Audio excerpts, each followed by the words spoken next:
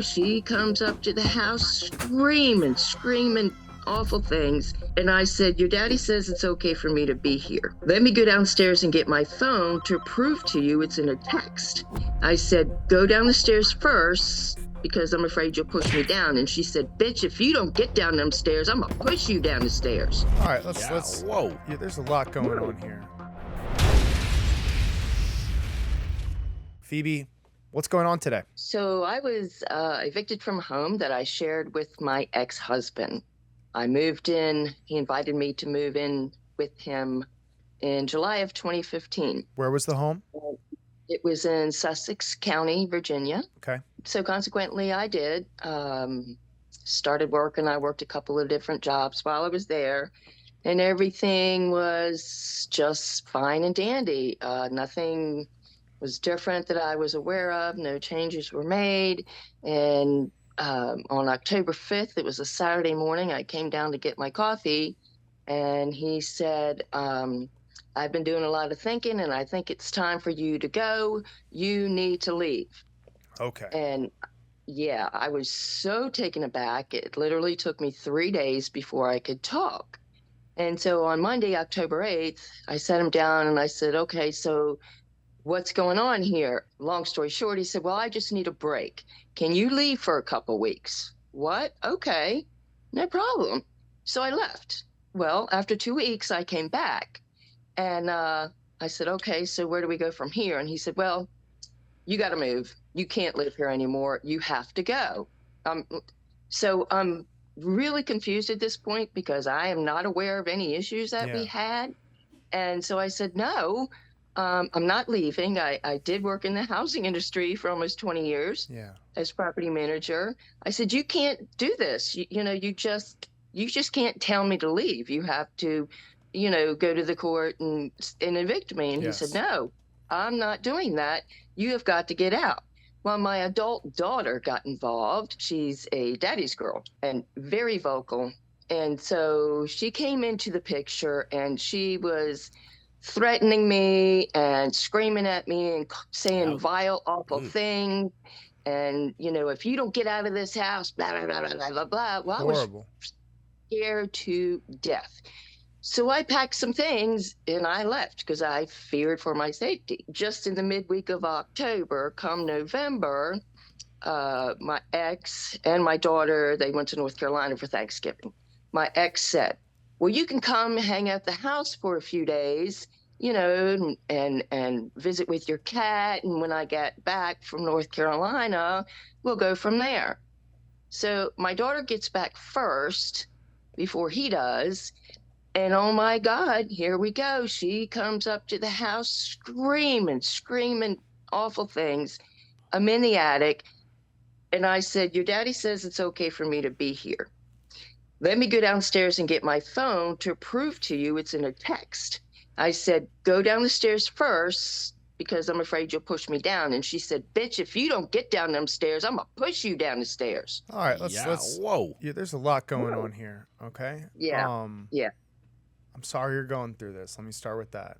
Okay. Thank you. Thank you. I'm going to ask you some smaller questions because it kind of matters to how we help you here instead of hearing the whole story. So. Okay. You were married to your ex?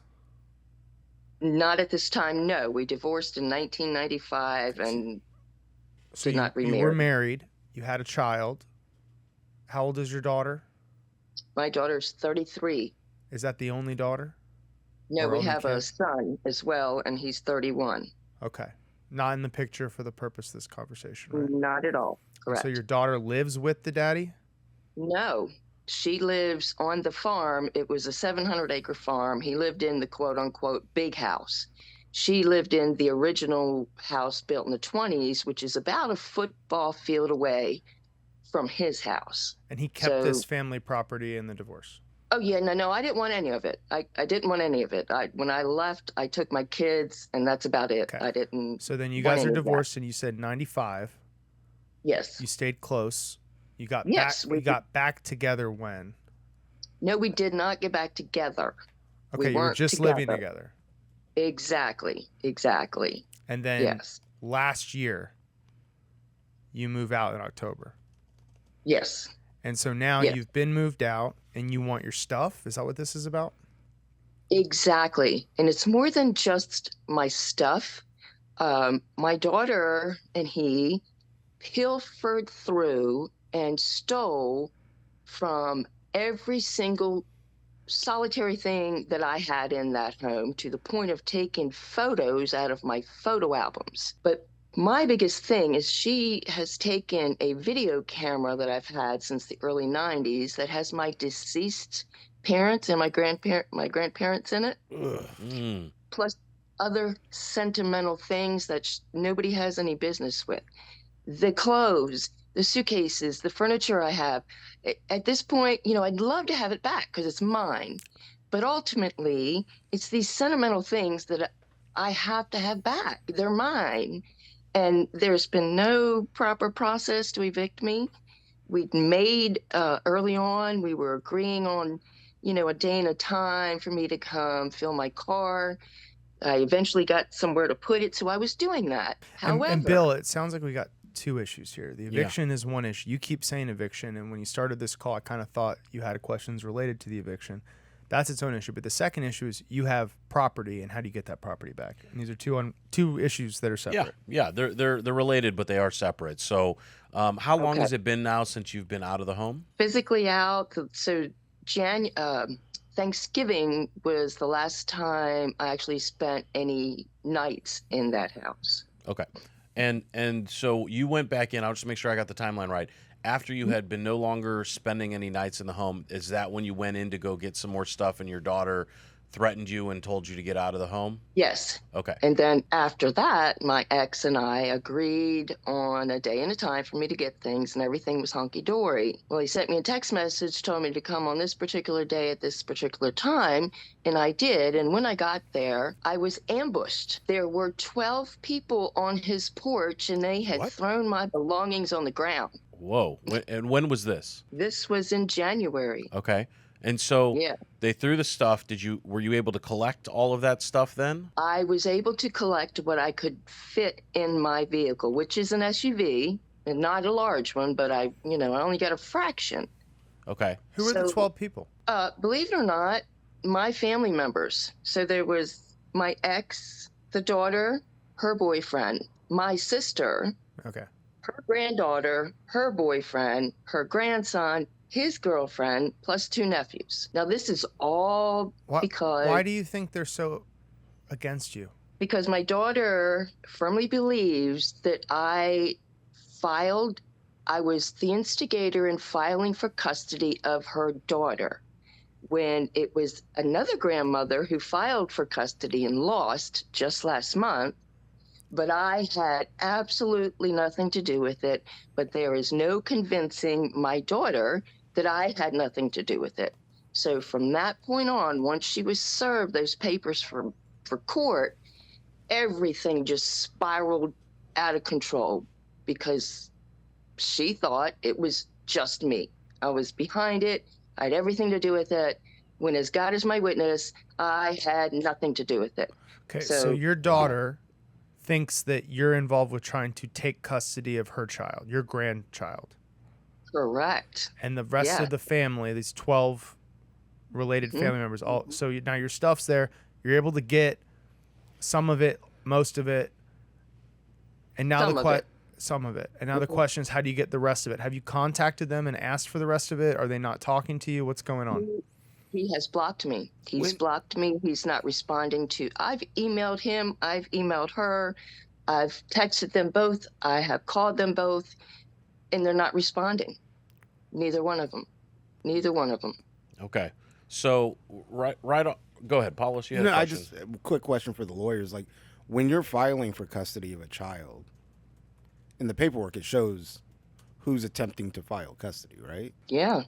Yeah, the It- paperwork mhm. will demonstrate who's trying to seek the custody. Yeah. Now, if there was, this always happens with family issues, is like, who's the family behind the family that's whispering in the ear, Yeah. and it sounds like there's a very big mix-up or an assumption of wrongdoing.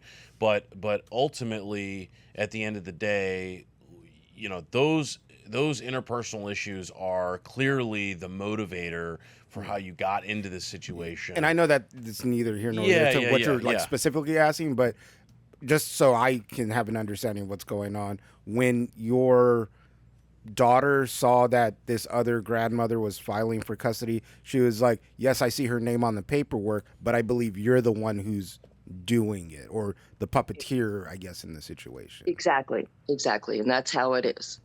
Yeah, the other grandmother's name was on it. The other grandmother and my granddaughter told her I had nothing to do with it. But she has just gotten hateful, ugly, spiteful, vile. I mean, she will not believe it. She is just convinced I'm behind it, and she hates me. It sounds like Absolutely hates me. It sounds like you're in a really, really tough situation right now. And when emotions get high like this with family, I've gone through some things with my own family where tensions got high, and it took months or years to get back to where we were talking. Properly. It happens all the time. Right. So I don't think that there's going to be any reasoning with your daughter right now in the short term to get your stuff back. I think we can pretty much avoid that. And it sounds like she has a very strong relationship with your ex, and Yes. may or may not be related to why he's blocked you. So Before you, I want to hear what your suggestions are, but before we do that, I'm really curious about what Paulos thinks. yeah. What do you think, Paulos? Paulos, as a professional, what do you think? As a professional comedian, what do you Professional think? comedian. Hi. I'm glad trying you're to able be- to laugh about this, Yeah. Phoebe. Yeah. That's why Yeah. we do I this. have to. Yeah, Okay. you gotta laugh. I'm gonna be very delicate with what I'm about Just to say say. it. Say what you say. But like, what did you do to piss these people? Like, I feel like you're not telling us something. Okay, If like the so whole here's what- family, if I walked out and my sister and my brother and Yeah. my cousin were all out They got the there, grandbaby like, out what there. is happening? Like you're like, I feel like you're telling us like, man. I feel like you're saying like these people are mean to me, and then you're like also being like, well, I forgot to mention this part, but I shat on all their Thanksgiving dinner. I was like, okay, you know what? That probably Maybe you left, is there something you left out, Phoebe? Yeah. Maybe. No, and that's the thing. Nobody will tell me what I have done. Nobody will tell me what it is And I- that I- I've done or said to warrant them putting me out on the streets, Yes. knowing Yes. I would be homeless. I am 59 years old. And Phoebe.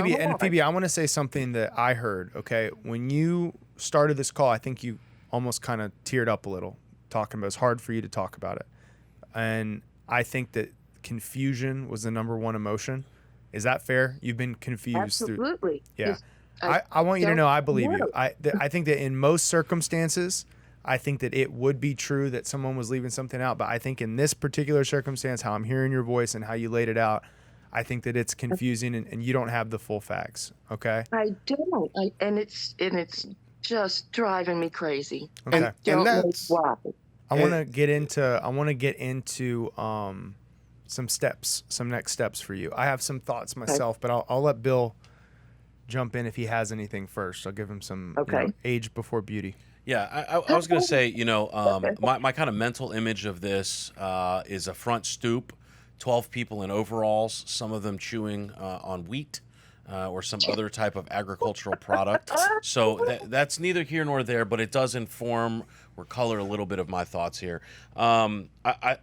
Josh tends to be the more reasonable one, so he'll probably be a little bit more reasonable than what I'm about to say, but there's a civil and a criminal potential here. You have property, personal property, that whether you were a tenant or whatnot, that they don't dispute that it's yours, or at least they haven't claimed that it's theirs. And so, as a result, calling the local police and letting them know, hey, I was a tenant in this space, I was kicked out, and they have my stuff, and they're going through it, and I think they're getting rid of it, and I just need to be able to go over there and get it. I'm going to show up on this day. Will one of you come with me? Now, depending on the jurisdiction and depending on the... Oh, you did do that? I did that. And what happened? After that first trip that they threw my stuff in the yard, I said, okay, I'll be back as soon as I possibly can. It's me, myself, and I. I had to travel an hour to get to the storage unit. It was raining. I threw my freaking lock into the dumpster. I had to go get another lock, blah, blah, blah. By the time I got back to the county, it was about 6 o'clock. I went straight to the sheriff's office, told them the situation. Can you please accompany me? Yes, absolutely. So the deputy gets up there before me, and guess what? my ex is the only person on the porch. So he Okay. talks to my ex. My ex tells him, I don't know.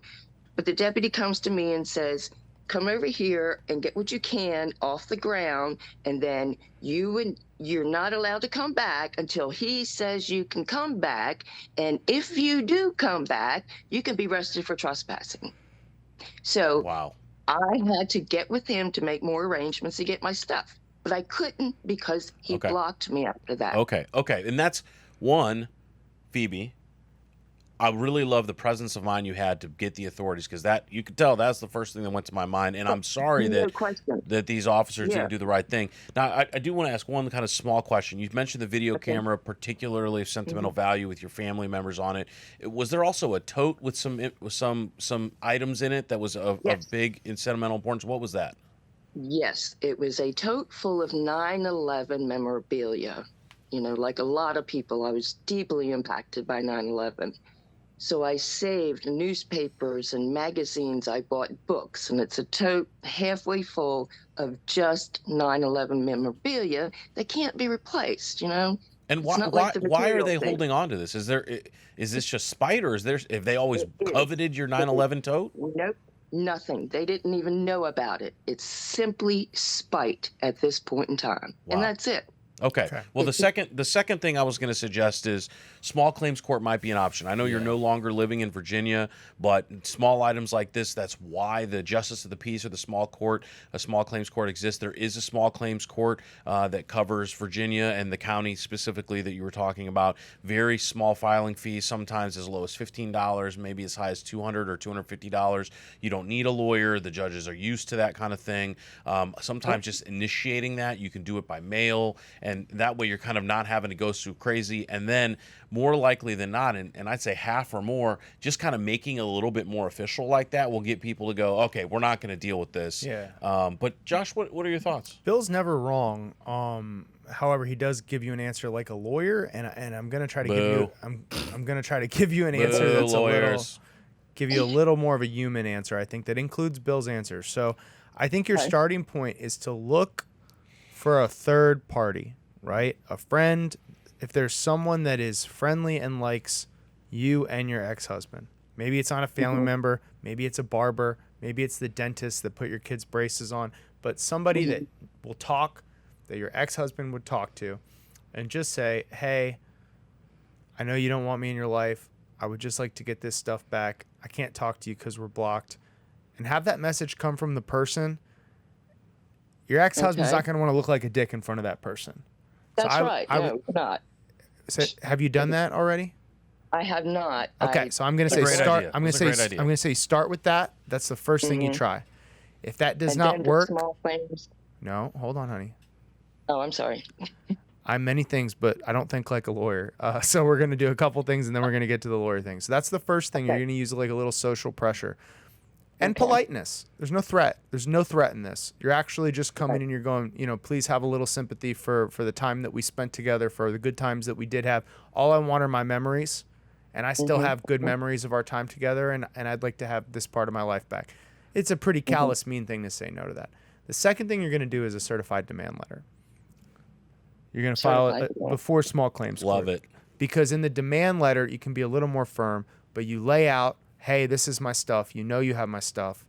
Don't make me go to court. Because a lot of people, they don't take small claims court seriously, and there's kind of an implied threat of maybe it's going to be a more serious lawsuit. Maybe it's going to involve, my daughter threatened to throw me downstairs. Maybe it's going to involve wrongful eviction or claims for... Yeah. There's all these things that could potentially happen after a demand letter, and it's kind of the implied threat. Then if that doesn't work, I'm not actually going to follow through with that. I'm going to just do Bill's thing third. And I'm going to try the small claims court. I hope you don't have to. But, and can I add on to that real quick? So what Josh is advocating is also something that's going to help you if you do have to go to the police again or go to a small claims court to demonstrate, I sent them notices, I tried everything to get it resolved, I tried to get a family friend, and you want to document those things, because if you do have to go in front of a judge who gets to deal with things in equity, which means just kind of what's fair and what's just, they're going to want to know, did Phoebe Buffet, try to do these things in a reasonable way. And what we're hearing from you is that you were clearly mistreated. This is a terrible situation. These sentimental items that have no value to them and all the value in the world to you are being held hostage over They a are. mistaken situation. So that's why I really Exactly. love Josh's kind of escalation path, because it's lower cost, lower stakes, and it gives everyone the opportunity to do the right thing, because at the end of the day, we are all human, except maybe your daughter, who sounds like a bitch. Yeah, she's not. She's beyond. Well, I want to. Josh doesn't like that. I don't like it. I don't like it. He doesn't like it. He's a human. That's what I said. I don't like it. Yeah, I want you to hear me out, Phoebe. Okay. Winning here, there's some circumstances where people get on with us. A couple calls ago, and I got angry. I wanted to fight. He did. Right? It's time to fight. It's time to Uh-huh. fight. This thing that you're talking to me about, this is time to heal. Okay. Right now, the damage is in the past. I know that you want those memories and those mean a lot to you, but guess what? The rest of your life is still ahead of you. And you not having a photograph to look at, there's plenty of 9/11 stuff out there. You can get on the internet and you can watch as many documentaries as you want. The rest of your life is ahead of you. Right now, what you need is you need time and space to heal. And maybe when this custody case is over and the witnesses have been called, your daughter finally realizes it wasn't you. And maybe when some more time has gone by, look, you and your husband had a whole ass divorce and then still found a way to live together later. I'll bet when the divorce happened, you couldn't imagine ever living with him again. No, not at all. So we Not don't at need all. to escalate and we don't need to fight right now, because in the grand scheme of things, even though those sentimental things matter to you and you do want to get them, the voice that you use on this does not need to be one of hostility, because at the end of the day, you only get one family, and as bad as they are, you don't get a second set. So You're right. I miss him. I miss my daughter. I mean, I hate her and I love her. I miss her so much. Feel it. It's family. Yeah. I want you to try the steps that we don't offer this to everybody. I want you to try the steps that we laid out for you. And if you get to step 2 or 3 and like small claims court hasn't worked, reach back out to the show. We'll have you back on again and talk you through at that point. Okay. Guys, thank you. Oh my God. Thank you so much for calling. Okay. Thank you, Phoebe. All right. I appreciate it so much. Y'all have a great weekend. You too. Thank you, Phoebe. Bye. All right. Bye-bye. Paulus, how did you feel about that one? So that last part, I didn't really have a question. It was more of so even if you were to take that to small claims court, like how do you even quantify? Because she's not getting that stuff back. If She'd be looking for an order to get the stuff back. But here's the thing, though, she can make that order, but you guys probably know as lawyers and who've probably been in the situation, they can just get rid of that stuff, deny that they have it, whatever, right? Be held in contempt. There's a lot of things that could happen. Sure. Yeah. From a practical Hypothetically, aspects, let's say they destroy this stuff. Sure. right? Then there's a But value. what is the value for like? could be That's what, anything. that's what a small claims. The judge could just go, it's $500. It's $1,000. That is, $1,500. but Well, See- I you would see say if how they wild that is? destroyed it and it's like family heirloom stuff, I would not go to small claims court at that point, because it's potentially sure. unlimited. I mean, Yeah. hard to get, but potentially unlimited damages. at that Yeah. point. That's you're right. It's a mushy part of where the law is, which Yeah. is how do you put a value on a priceless thing, right? Because the value is in the heart as opposed to in the item itself. And courts have regularly dealt with those kinds of things. And really, because the law is rough justice, it's never exact justice. All they can really do is kind of put a value on there. But like Josh said, first and foremost, say, hey, there's an order for you to bring those things into the court so we can decide what to do. Or I'm going to rule that you have to give them back. Or some small claims courts, you can't even ask for anything other than monetary relief. Yeah. So rather than them having to pay it, they go, I'm going to issue this ruling in 2 weeks. However, if the stuff is back, there will have been no theft anymore, guys. So I'm going to hold the case for 2 weeks, and I want you all back here in 2 weeks, and we'll see if we have to go forward. Okay. Yeah. All right. So there's a little more creativity, especially in a small claims court. Okay. All right. I do feel like there was one like misstep from both of you, like Okay, when yeah. talking Yeah, about let's it, if talk you don't about it. mind me. Like she's clearly a 59-year-old woman from Virginia who's it's one versus what 15 people she Sounds said. like it, yeah. Yeah, I Right? mean, it's not a street fight, but sure. Yeah. Well, yeah, of course. Yeah. But like in a law aspect, like I think her best move was because like if you think about it, like I comedy is my thing, right? sure. Right. I'm also like hip hop is Just say like, what you wanna say. Yeah, yeah. Well, no, this all plays. Like I'm also a hip hop historian, right? And like We know 59-year-old woman for Virginia. She probably is well. She needs to write a fire-ass diss track against her daughter. That is the fucking move at this point. This is why Paulos I'm is wearing here. this shirt for a fucking, like, You know, she needs to fucking Kendrick Lamar her. That's shirts we're going to dope, the actually. Commonwealth Okay. of Virginia legislature. We are getting them to pass the diss track small claims court. Think about it. That we're getting art and resolution. Yes. Motherfuckers act like they forgot about Mima. yeah. Oh, God. Next. If you have a crazy legal story and you want to talk to some lawyers anonymously, for free, call us. Wait, we're not getting paid? Nothing at all. I don't know how we're going to pay for it, to be honest.